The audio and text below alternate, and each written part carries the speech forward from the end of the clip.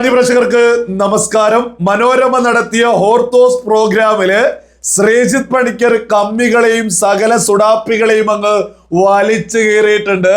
സ്റ്റേജിലിരുന്ന ആളുകൾ ഉൾപ്പെടെ അട്ടം നോക്കിയിരുന്നതും സകല മലയാളികളും കണ്ടിരിക്കുന്നു. നമുക്ക് ശ്രീജിത്ത് പണിക്കർ പറഞ്ഞിട്ടുള്ള ഒന്ന് രണ്ട് ഭാഗങ്ങൾ ഈ ഒരു വീഡിയോയിൽ മുന്നോട്ട് വെക്കാം.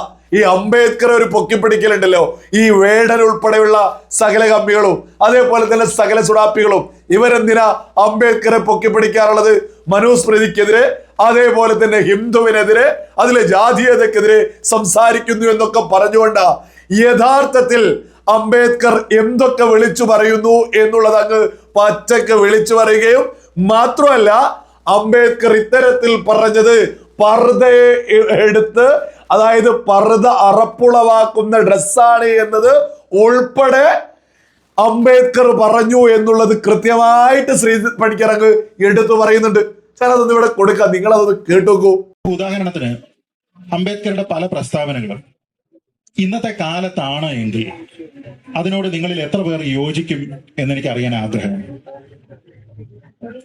ഒന്ന് രണ്ട് പ്രസ്താവനകൾ വേണമെങ്കിൽ ഞാൻ വായിക്കാം. ആ പ്രസ്താവന ശ്രീജിത്ത് പണിക്കരുടെ പ്രസ്താവന ആയിരുന്നുവെങ്കിൽ അത് പ്രശ്നമാണ്, അതെനിക്കറിയാം. പക്ഷെ ഇതൊരു അക്കാദമിക് ചർച്ചയായതുകൊണ്ടും ഞാൻ ഉദ്ധരിക്കുന്നത് അംബേദ്കറിനെ ആയതുകൊണ്ടും അതൊരു പ്രശ്നമല്ല എന്നും എനിക്കറിയാം. അതുകൊണ്ട് തന്നെ ഞാൻ പറയാൻ ഉദ്ദേശിക്കുന്നത് ഹിന്ദുമതത്തിനെ എന്നല്ല, മറ്റു മതങ്ങളെ അദ്ദേഹം വിമർശിച്ചതിനെ കുറിച്ചാണ്. അദ്ദേഹം മതം മാറാനായിട്ട് തീരുമാനിക്കുന്നു, ലക്ഷക്കണക്കിന് ആൾക്കാർ അദ്ദേഹത്തിനോടൊപ്പം മതം മാറുന്നു.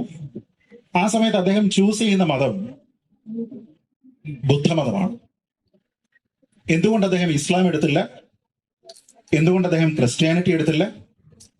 എന്തുകൊണ്ട് അദ്ദേഹം സിഖ് മതം എടുത്തില്ല? ഇങ്ങനെയുള്ള കുറേയധികം കാര്യങ്ങളുണ്ട്. അപ്പൊ അന്ന് അംബേദ്കർ പറഞ്ഞിരുന്ന പല കാര്യങ്ങളും കാര്യമായ രീതിയിൽ ഇന്ന് ചർച്ച ചെയ്യപ്പെടുന്നുണ്ടോ എന്നുള്ള ഒരു പ്രശ്നമുണ്ട്. അത് ഇന്നത്തെ സമൂഹത്തിൽ ഒരു അഭിപ്രായമായോ ചോദ്യമായോ വന്നാൽ അതിനോട് സമൂഹം ഏത് രീതിയിൽ പ്രതികരിക്കും എന്നറിയാനുള്ള കൗതുകവും എനിക്കുണ്ട്.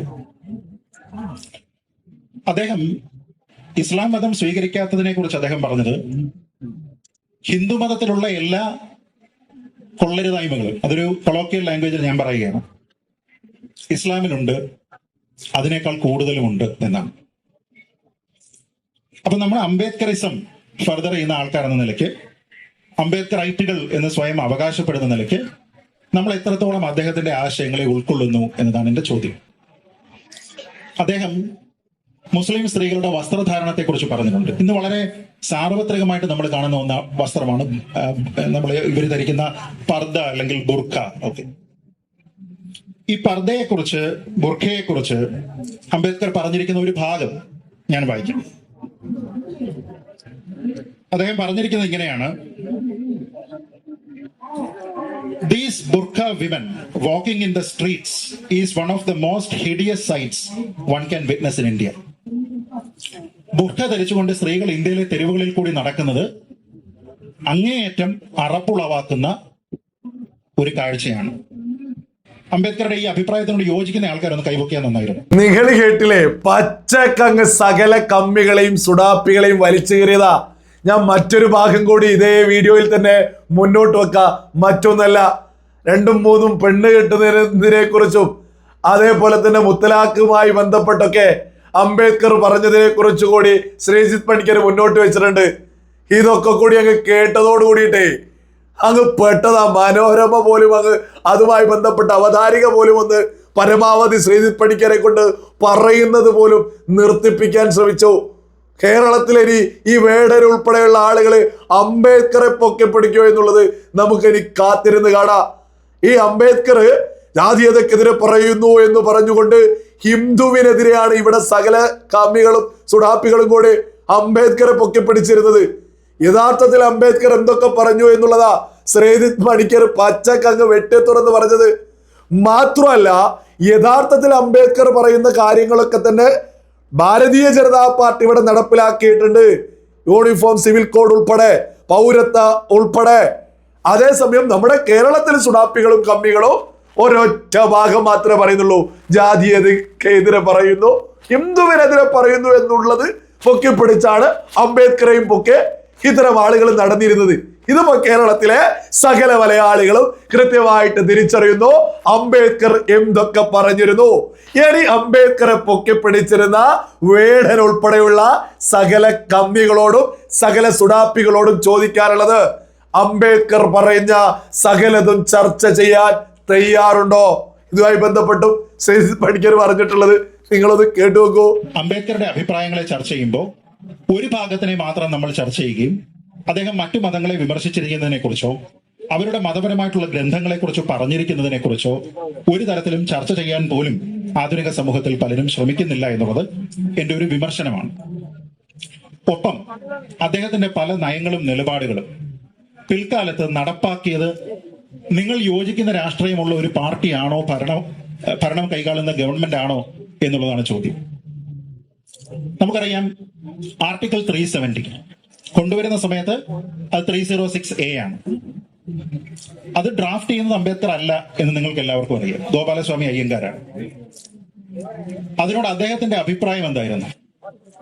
കാശ്മീരിനെ ഇന്ത്യയുടെ ഭാഗമായി ഇന്റഗ്രേറ്റ് ചെയ്യണമെന്നാണോ, കാശ്മീരിന് സവിശേഷ അധികാരം നൽകണമെന്നാണോ? അങ്ങനെയെങ്കിൽ അതുമായി ബന്ധപ്പെട്ട് അദ്ദേഹം നടത്തിയിരുന്ന അഭിപ്രായത്തിനെ കുറിച്ച് പലരും എഴുതിയിട്ടുണ്ട്. ഏറ്റവും ശ്രദ്ധേയമായിട്ട് സർദാർ പട്ടേലിന്റെ പ്രൈവറ്റ് സെക്രട്ടറി അതിനെക്കുറിച്ച് പുസ്തകങ്ങൾ എഴുതിയിട്ടുണ്ട്, വോളിയംസ്. അപ്പോൾ കാശ്മീർ ഒരു സ്വതന്ത്ര രാജ്യത്തിനുള്ളിൽ മറ്റൊരു സ്വയംഭരണ പ്രദേശം ഉണ്ടാകാൻ പാടില്ല എന്നുള്ള അഭിപ്രായം പറഞ്ഞിരുന്ന അംബേദ്കറിന്റെ ആ നിലപാടുകളെ BJP നടപ്പാക്കുമ്പോ നമ്മുടെ നാട്ടിലെ എത്ര അംബേദ്കറൈറ്റുകൾ അതിനെ കൈയടിച്ചു എന്നുള്ളതാണ് എന്റെ ചോദ്യം. യൂണിഫോം സിവിൽ കോഡ്, ഇന്ത്യയിലുള്ള ആൾക്കാർക്ക് ഹിന്ദു കോഡ് ബിൽ കൊണ്ടുവന്നതുപോലെ നിങ്ങൾക്ക് നിങ്ങളുടെ സിവിലിയൻ നിയമങ്ങൾ ഒന്നായിരിക്കണം എന്നതുമായി ബന്ധപ്പെട്ട് ഒരു അഭിപ്രായം ഉണ്ടാവുകയും നിയമങ്ങൾ ഡ്രാഫ്റ്റ് ചെയ്യുകയും അത് കോൺസ്റ്റിറ്റ്യൂഷന്റെ ഭാഗമാക്കുകയും ചെയ്ത അംബേദ്കർ യൂണിഫോം സിവിൽ കോഡ് വേണം എന്ന് പറഞ്ഞപ്പോ ഇന്നത്തെ അംബേദ്കറൈറ്റുകൾ പറയുന്നത് യൂണിഫോം സിവിൽ കോഡ് വേണമെന്നാണോ വേണ്ടെന്നാണോ? കാസ്റ്റ് സെൻസസ്, ഷെഡ്യൂൾഡ് കാസ്റ്റുകളുടെയും ഷെഡ്യൂൾഡ് ട്രൈബുകളുടെയും എന്യൂമറേഷനാണ് സെൻസസിനോടൊപ്പം നടക്കേണ്ടത്, മറ്റുള്ള ജാതികൾ എന്യൂമറേറ്റ് ചെയ്യപ്പെടേണ്ടതല്ല എന്നുള്ള ഒരു അഭിപ്രായം അദ്ദേഹം പറഞ്ഞപ്പോ ഇന്നത്തെ അംബേദ്കറൈറ്റുകൾ ജാതി സെൻസസ് വേണം എന്ന് പറയുന്ന പക്ഷത്താണെന്നാണ് ഞാൻ മനസ്സിലാക്കുന്നത്. പീഡനം അനുഭവിക്കുന്ന ദളിതരുൾപ്പെടെയുള്ള ഹിന്ദുക്കൾ അവർക്ക് പാകിസ്ഥാനിൽ നിന്ന് ഇന്ത്യയിൽ വന്നാൽ നമ്മൾ അവരെ ഓപ്പൺ ഹാൻഡ്സോടുകൂടി സ്വീകരിക്കണം, അവരെ ഉൾക്കൊള്ളണം, അവർക്ക് നമ്മൾ പൗരത്വം കൊടുക്കണം എന്ന് പറഞ്ഞാൽ പൗരത്വ ഭേദഗതി നിയമം വരുന്ന സമയത്ത് അംബേദ്കറൈറ്റുകൾ അതിനെ എതിർക്കുന്നതാണ് ഞാൻ കാണുന്നത്. മുത്തലാഖ് ഒരു സ്ത്രീയെ സംബന്ധിച്ചിടത്തോളം ലോകത്തിൽ ഏറ്റവും കൂടുതൽ സ്വാതന്ത്ര്യരഹിതയായ സ്ത്രീ ഒരു മുസ്ലിം സ്ത്രീയാണ് എന്ന് അഭിപ്രായം പുസ്തകത്തിൽ എഴുതിയ ആളാണ് അംബേദ്കർ. അതിന്റെ പ്രധാനപ്പെട്ട 2 കാരണങ്ങളായിട്ട് ഒന്ന് ഫർദയും മറ്റൊന്ന് അവരനുഭവിക്കുന്ന സ്ലേവറിയാണ് എന്ന് പറയുന്നുണ്ട്. ഒന്നിലധികം ഭാര്യമാരുള്ള അങ്ങനെയുള്ള ഒരു ഭർത്താവിനോടൊപ്പം ജീവിക്കേണ്ടി വരുന്ന ഒരു സ്ത്രീയെ സംബന്ധിച്ചിടത്തോളം പോളിഗാമി എന്ന് പറയുന്നത് അവർക്ക് ഏറ്റവും പ്രതികൂലകരമായിട്ടുള്ള ഒരു കാര്യമാണ് എന്നതിന്റെ അടിസ്ഥാനത്തിൽ അത് ഒരു മുസ്ലിം സ്ത്രീയെ ഒരു തരത്തിലും സഹായിക്കുന്നില്ല. ഒരു മുസ്ലിം പുരുഷൻ ഏകപക്ഷീയമായി എന്ത് കാരണമുണ്ടെങ്കിലും കാരണമില്ലെങ്കിലും 3 തവണ തലാക്ക് പറഞ്ഞ് അവളെ ഒഴിവാക്കാം എന്ന് വന്നു കഴിഞ്ഞാൽ അത് അങ്ങേയറ്റത്തെ ഡിസ്ക്രിമിനേഷൻ ആണ് എന്ന് പറഞ്ഞുകൊണ്ട് അത് ഒഴിവാക്കണം എന്ന് പറഞ്ഞയാളാണ് അംബേദ്കർ. പക്ഷെ മുത്തലാഖ് നിരോധന നിയമം കൊണ്ടുവന്നപ്പോ അംബേദ്കറൈറ്റുകൾ ഏത് പക്ഷത്തായിരുന്നു എന്നുള്ളതാണ് എന്റെ ചോദ്യം. നിങ്ങൾ കേട്ടില്ലേ, ഒപ്പം ഇരുന്ന 2 പേരുണ്ടായിരുന്നു ഈ ചർച്ചയ്ക്ക്. അവര് എഴുന്നേറ്റ് ഓടാൻ സാധിക്കാത്തത് കൊണ്ട് മാത്രം അവിടെ ഇരുന്ന്. അവരുടെ അംബേദ്കർ ഇങ്ങനെയല്ല. അവരുടെ അംബേദ്കർ ജാതിക്കെതിരെ മാത്രമേ സംസാരിച്ചിട്ടുള്ളൂ, ഹിന്ദുവിനെതിരെ സംസാരിക്കാറുള്ളൂ എന്ന തരത്തിലാണ് അവരൊക്കെ നിരന്തരം ചർച്ച ചെയ്തിരുന്നത്. അവരെ ഇരുത്തിക്കൊണ്ട് ശ്രീജിത്ത് പണിക്കര് കേരള പൊതുസമൂഹത്തോട് യാഥാർത്ഥ്യം അങ്ങ് വിളിച്ചു പറഞ്ഞിരിക്കുന്നു. യഥാർത്ഥ അംബേദ്കർ എന്താണ്? അംബേദ്കർ ഉയർത്തിപ്പിടിച്ചതിനനുസരിച്ച് തന്നെയാണ് പൗരത്വ നിയമം, ഏക സിവിൽ കോഡ്. അങ്ങനെ എണ്ണി പറയാ മുത്തലാഖ് നിരോധിച്ചിട്ടുള്ളത്.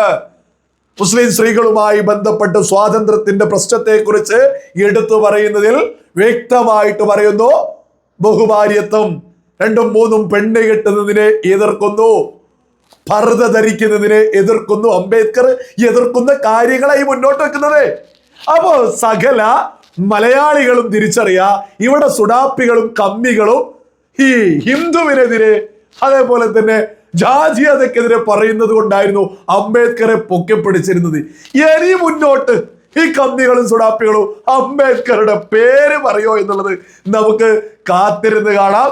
ഏതായാലും ശ്രീജിത്ത് പണിക്കര് തകർത്തോ, സകല സുഡാപ്പികളെയും കമ്മികളെയും കണ്ടവൈ അങ്ങ് ഓടിച്ചിരിക്കുന്നു.